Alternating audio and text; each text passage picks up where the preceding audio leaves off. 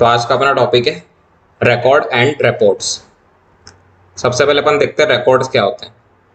तो रिकॉर्ड्स क्या है, ये एक हाईली कॉन्फिडेंशियल लीगल डॉक्यूमेंट्स है जिसके through doctor, nurse, social worker, health care team के जितने भी मेंबर रहते हैं वो कम्युनिकेट करते हैं अबाउट द क्लाइंट्स कंडीशन। और ये जितना भी डॉक्यूमेंटेशन रहता है वो सब रिटर्न फॉर्म में रहता है। तो रिकॉर्ड्स क्या हुआ है, रिकॉर्ड्स जो है वो एक कॉन्फिडेंशियल और लीगल डॉक्यूमेंट है जिसके थ्रू जो भी हेल्थ केयर टीम के मेंबर रहते हैं वो अपने जो भी क्लाइंट्स रहते हैं उनकी कंडीशन के बारे में कम्युनिकेट करते हैं। फिर आता है रिपोर्ट्स। तो रिपोर्ट्स जो है ये क्या है, ओरल और रिटर्न एक्सचेंज रहता है इंफॉर्मेशन का बिटवीन केयर गिवर्स। और अपन ने जो रिकॉर्ड्स देखा था, रिकॉर्ड्स के अंदर only return exchange of information था। अब इसमें क्या है, रिटर्न तो है ही, उसके साथ साथ में ओरल भी है। और जो भी रिपोर्ट्स जो रहती है वो यूजुअली अपन डेली लिख सकते हैं या फिर वीकली लिख सकते हैं या फिर मंथली।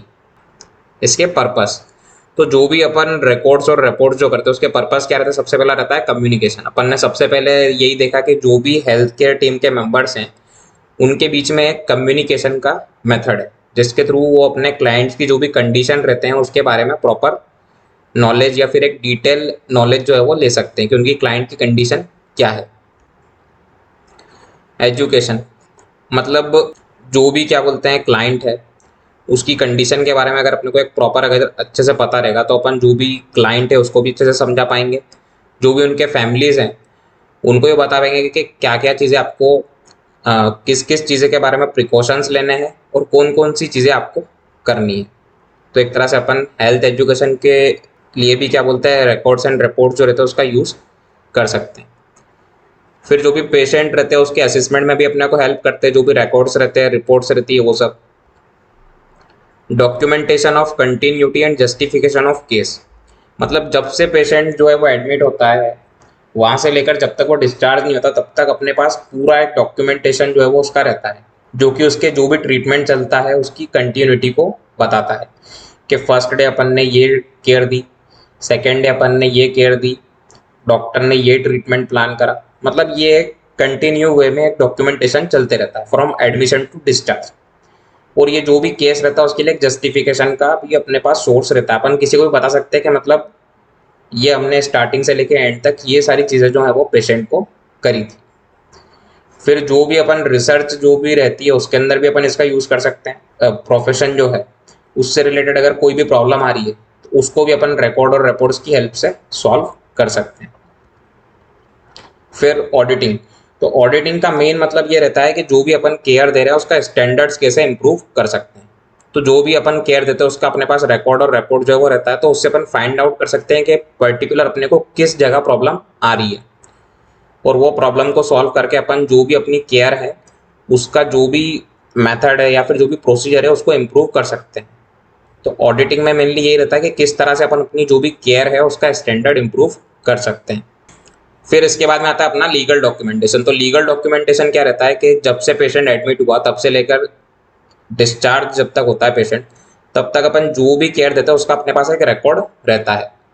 तो कभी कभी क्या होता है कि पेशेंट के अटेंडर्स जो रहते हैं वो कभी कभी अपने ऊपर एलिगेशंस लगा सकते हैं कि मतलब आपने जो है प्रॉपर केयर नहीं करी या फिर आपने केयर नहीं दी, ट्रीटमेंट नहीं दिया। तो अपन उनको बता सकते हैं कि ये सब चीज़ें जो है वो रिकॉर्ड में है, जो भी मतलब केयर है और ये जो भी ट्रीटमेंट है वो अपन हमने प्रॉपरली जो है वो इनको दिया है।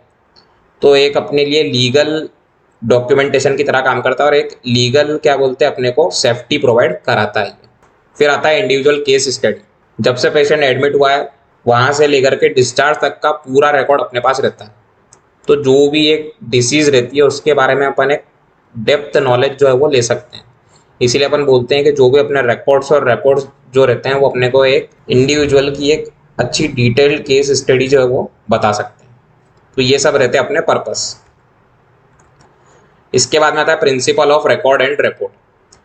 तो अपन जिस भी पेशेंट के बारे में या फिर किसी भी क्लाइंट के बारे में अगर अपन रिकॉर्डिंग और रिपोर्टिंग कर रहे हैं तो उसका एक क्लियर आइडेंटिफिकेशन अपने को होना चाहिए कि उनका नाम क्या है, उनका आईडी नंबर क्या है और उनकी डेट ऑफ बर्थ क्या है। मतलब जो भी उनकी बेसिक इन्फॉर्मेशन रहती है वो अपने अपने को पूरी अच्छी तरीके से पता होनी चाहिए। सेकेंड आता है कि फैक्चुअल कंसिस्टेंसी और एक्यूरेट, मतलब जो भी चीज़ें अपन लिखते हैं वो फैक्ट के हिसाब से होनी चाहिए, कंसिस्टेंसी होनी चाहिए उसके अंदर और वो एक्यूरेट होनी चाहिए। और जैसे ही कोई इवेंट होता है उसके बाद में अपने को वो चीज़ें सारी की सारी लिख लेनी है। इसके बाद में आता है क्लियरली रिटन, मतलब जो भी आप चीज़ लिख रहे हो वो ऐसी होनी चाहिए कि दूसरे भी इसको इजीली पढ़ सके और समझ सके। Not include jargons and meaningless phrase, मतलब जब भी आप कोई चीज़ लिखते हो तो उसके अंदर जार्गोन्स और जो भी मीनिंगलेस फ्रेज जो रहते हैं उसका अपने को यूज़ नहीं करना है। जार्गोन्स क्या होते हैं, कुछ ऐसे पर्टिकुलर वर्ड्स रहते हैं जो कि एक डेफिनेट ग्रुप में यूज़ होते हैं और वही ग्रुप के लोगों को इन वर्ड का मतलब पता होता है। और अगर फिर आप वही चीज़ें जाके दूसरे के सामने बोलोगे या फिर वही वर्ड दूसरों के सामने यूज़ करते हो तो उनको पता नहीं चल पाता है। ऐसे जो भी वर्ड्स रहते हैं उनको अपन बोलते हैं जार्गोन्स। तो जो भी जार्गोन्स रहते हैं या फिर जो भी मीनिंगलेस फ्रेज रहते हैं उनका अपने को यूज़ नहीं करना है। रीडेबल ऑन फोटोकॉपीज, आपने कोई भी क्या बोलते हैं डॉक्यूमेंट जो है मतलब किसी भी चीज़ का रिकॉर्डिंग जो है वो करा रिटर्न फॉर्म में, तो वो ऐसा होना चाहिए कि जब अगर अपन उसकी फोटोकॉपी कराते हैं तो फोटोकॉपी के ऊपर भी वो रीडेबल होना चाहिए।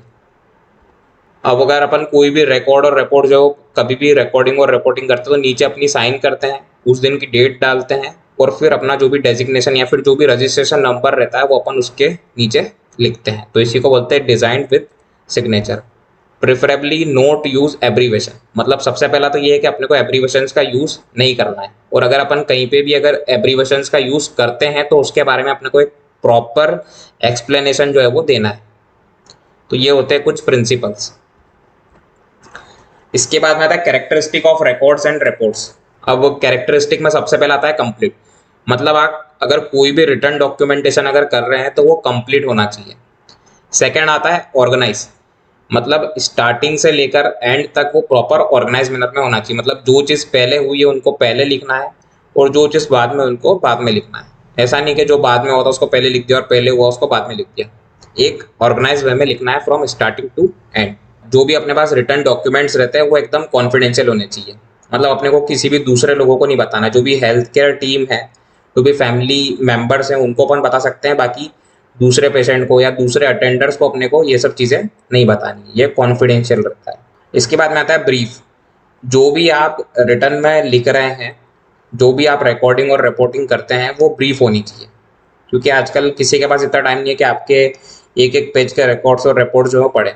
तो आप जो भी चीज़ें लिखते हो वो एक ब्रीफ एक छोटे फॉर्म में होनी चाहिए और ऐसा होना चाहिए कि वो पूरी कंडीशन को इजीली समझा दें। फिर अपन कोई भी रिकॉर्डिंग और रिपोर्टिंग अगर करते तो फैक्ट के हिसाब से होनी चाहिए, उसके अंदर अपनी पर्सनल फीलिंग के हिसाब से क्या बोलते हैं अपने को कुछ भी नहीं लिखना है। जो भी फैक्ट रहते हैं उसके हिसाब से अपन रिकॉर्डिंग और रिपोर्टिंग करते हैं। तो ये रहते हैं कुछ कैरेक्टरिस्टिक, जिसमें फर्स्ट है कि वो कंप्लीट होना चाहिए, सेकेंड एक ऑर्गेनाइज मैनर में होना चाहिए, एक वेल अरेंज मैनर में होना चाहिए, तीसरा होता है कॉन्फिडेंशियलिटी होनी चाहिए, फिर ब्रीफ या फिर एक स्मॉल स्ट्रक्चर में होना चाहिए, और लास्ट आता है अपना फैक्ट के हिसाब से, अपन जो भी चीज़ें लिखते हैं वो फैक्ट के हिसाब से होनी चाहिए। ये रहते हैं इसके कैरेक्टरिस्टिक। इसके बाद में आता है टाइप्स ऑफ रिकॉर्ड। तो टाइप्स में मेनली तीन टाइप रहते हैं इसमें, concerning with student, concerning with school staff, और थर्ड रहता है जनरल स्कूल रिकॉर्ड्स। अब इसके अंदर तो बस नाम याद रखने के कौन कौन से रिकॉर्ड्स जो है वो अपने को रखने रहते हैं। अब अगर स्टूडेंट से रिलेटेड अपन बात करें तो उनका एप्लीकेशन फॉर्म रहता है, second clinical record, progress report, मतलब जो भी रिजल्ट्स रहते हैं वो सब जो है वो अपने पास होने चाहिए, परमानेंट रिकॉर्ड और हेल्थ रिकॉर्ड, मतलब जो भी हेल्थ चेकअप होता है उसका रिकॉर्ड अपने पास होना चाहिए, एडमिशन रिकॉर्ड और एनेक्डोटल या फिर कैरेक्टर सर्टिफिकेट होना चाहिए। ये सब डॉक्यूमेंट जो है वो स्टूडेंट से रिलेटेड अपने पास में होना चाहिए, मतलब जो भी ऑर्गेनाइजेशन रहता है फिर जो भी इंस्टीट्यूशन रहता है जिसके अंदर स्टूडेंट इनरोल्ड है उनके पास ये सारे डॉक्यूमेंट होना चाहिए स्टूडेंट्स के। इसके बाद में आता है कंसर्निंग विद स्कूल स्टाफ। अब जो स्कूल में जो स्टाफ काम कर रहा है या फिर किसी भी इंस्टीट्यूशन में कोई भी स्टाफ काम कर रहा है तो उसके रिगार्डिंग क्या क्या डॉक्यूमेंट अपने पास होने चाहिए। सबसे पहला रहता है एप्लीकेशन फॉर्म, दूसरा जो भी अपॉइंटमेंट लेटर रहता है उसकी फोटोकॉपी होनी चाहिए, जॉब डिस्क्रिप्शन का जो लेटर रहता है वो अपने पास होना चाहिए, रिकॉर्ड ऑफ एजुकेशन क्वालिफिकेशन, मतलब जो भी उनका क्वालिफिकेशन है, प्रीवियस एक्सपीरियंस कितना क्या था उसका रिकॉर्ड होना चाहिए, जो भी इवेल्युएशन होता है उसकी रिपोर्ट अपने पास होनी चाहिए, लीव रिकॉर्ड अगर वो कभी भी छुट्टी ले रहे हैं तो जो लीव एप्लीकेशन लिखते हैं वो होनी चाहिए अपने पास, हेल्थ रिकॉर्ड और एनेक्डोटल रिकॉर्ड, मतलब वही कैरेक्टर सर्टिफिकेट। तो ये सब रिकॉर्ड होने चाहिए स्कूल स्टाफ के रिगार्डिंग। अब जो एक जनरल स्कूल रिकॉर्ड, मतलब एक जो स्कूल होता है या फिर कॉलेज हो गया या फिर कोई भी इंस्टीट्यूशन हो गया उसके पास में क्या क्या रिकॉर्ड और रिपोर्ट्स होने चाहिए। तो सबसे पहला रहता है philosophy, objective and curriculum of the school, return policies of school, statement of budget proposal and allotment, मतलब आपने बजट के लिए कितना प्रपोजल करा था, कितना आपने बजट मांगा था और कितना आपको अलॉट हुआ है, इसका स्टेटमेंट आपके पास होना चाहिए। स्टाफ मीटिंग के मिनट सबको पता होना चाहिए, उसका रिकॉर्ड मतलब आपके पास में होना चाहिए। Copy of school brochure, inventories of stocks, general school record के अंदर ये सारी चीजें अपने पास में होनी चाहिए।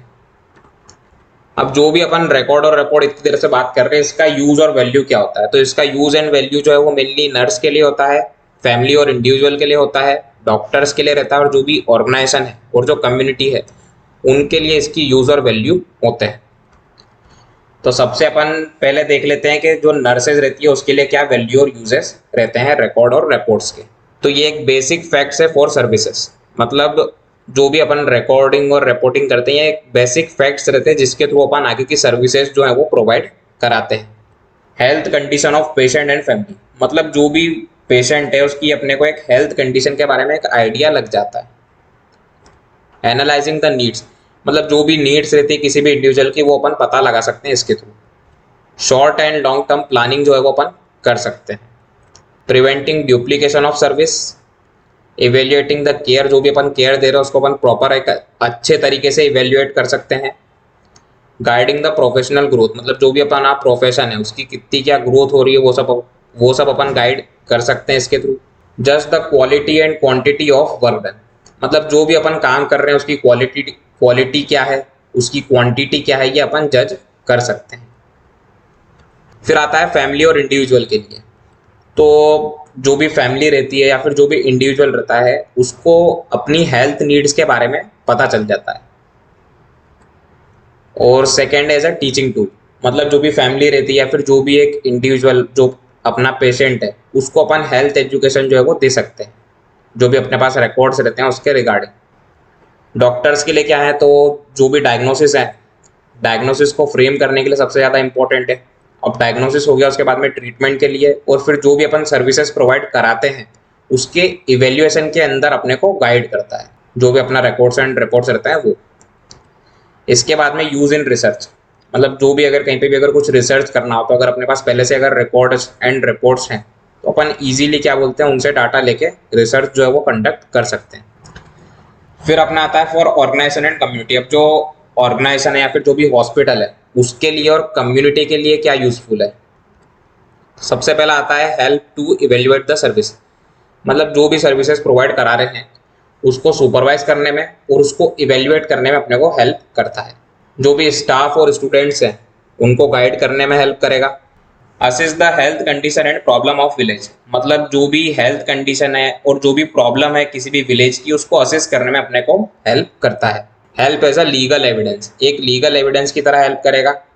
Provide justification for expenditure of funds, मतलब जो भी अपन फंड्स लेते हैं उसका एक्सपेंडिचर कहाँ कहाँ पे हुआ है ये सब अपन रिकॉर्ड और रिपोर्ट्स के थ्रू बता सकते हैं। तो पर्टिकुलर इन सब चीज़ों में जो भी अपना रिकॉर्ड और रिपोर्ट्स रहता है वो अपने को हेल्प करता है।